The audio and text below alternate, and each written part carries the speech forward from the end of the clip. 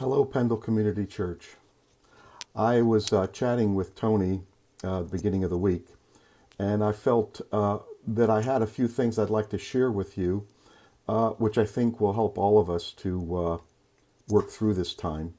I want to come at it more from a counseling therapy point of view, because all you know me know that's what I do.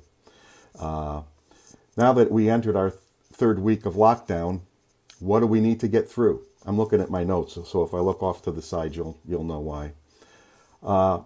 We all maybe been feeling stress and strain of this unprecedented time in our lives.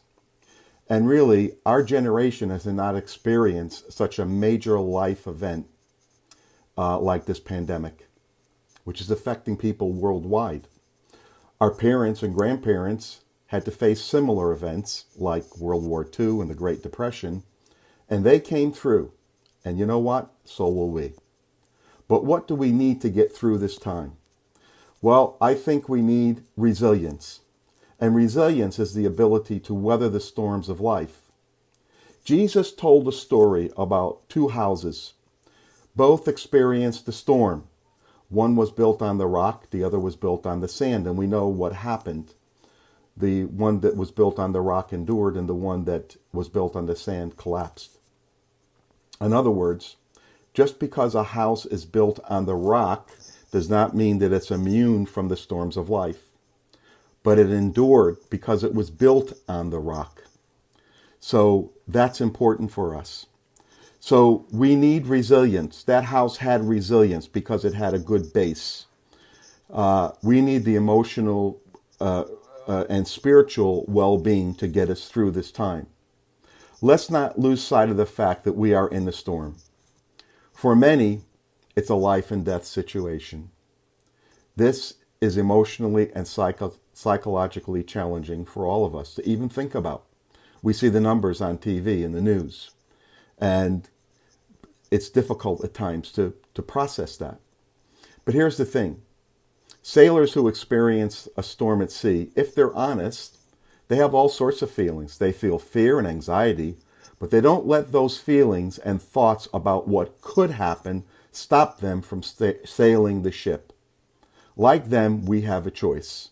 We can run away in denial, we can minimize the facts, or we can freeze in place, or we can fight. In other words, we can take action. We can sail the ship in the storm until the storm passes. And this storm will pass. But we have to be mentally prepared for the long game, which is where we need endurance. So let's be honest and real with each other, okay? Just for a moment. You may be experiencing times of fear, stress, panic, or even mild depression. This is absolutely normal for what we are going through in these days. At times, our thoughts or feelings may seem overwhelming. But here is the key to healthy emotional state. We don't allow those feelings or thoughts to drive us to despair. It's okay to acknowledge what we are feeling. In fact, it's the best way to diffuse them. We can speak them out. We can share them with a trusted friend. And you will find that they may be feeling the same thing. This is called normalization. In other words, you find out you're not the only one. You are not alone. Which brings me to my next point, which is community.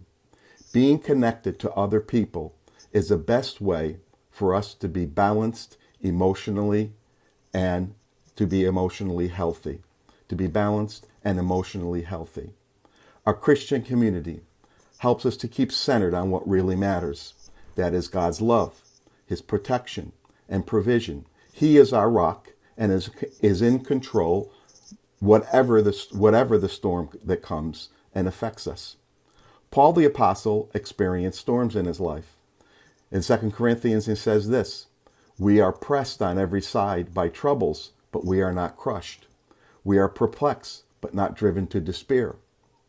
In 2 Corinthians 1:8, he says this, "We do not want you to be unaware, brothers, of our hardships we encountered in the province of Asia. We were under a burden far beyond our ability to endure, so that we despaired of even life." In 2 Corinthians 6, he says this, Rather, as servants of God, we commend ourselves in every way in great endurance, in troubles, and in hardships and calamities. See, I believe Paul had an unshakable faith, but he also was emotionally and psychologically resilient. Like Paul, we need both. We need our faith and we need to be emotionally healthy. These storms take a psychological toll on us, and we must learn through this time to manage our emotional and psychological reserves. In other words, take it a day at a time. Soldiers who experience battles and war cannot stay on the front lines indefinitely. They need time to rest, to relax so they can recover and fight another day. Our doctors and nurses and health workers know this. They are on the front lines every day, and they will need time to rest and recover from this. We need to do the same, to rest, relax, to recover. Now is the time to look after your emotional and psychological well-being. It is not selfish to do this. In fact, we cannot help others unless we are healthy and whole ourselves. Jesus said this when he says, love your neighbors as you love yourself. Take care of yourself, and you will be resilient and weather the storm and be able to help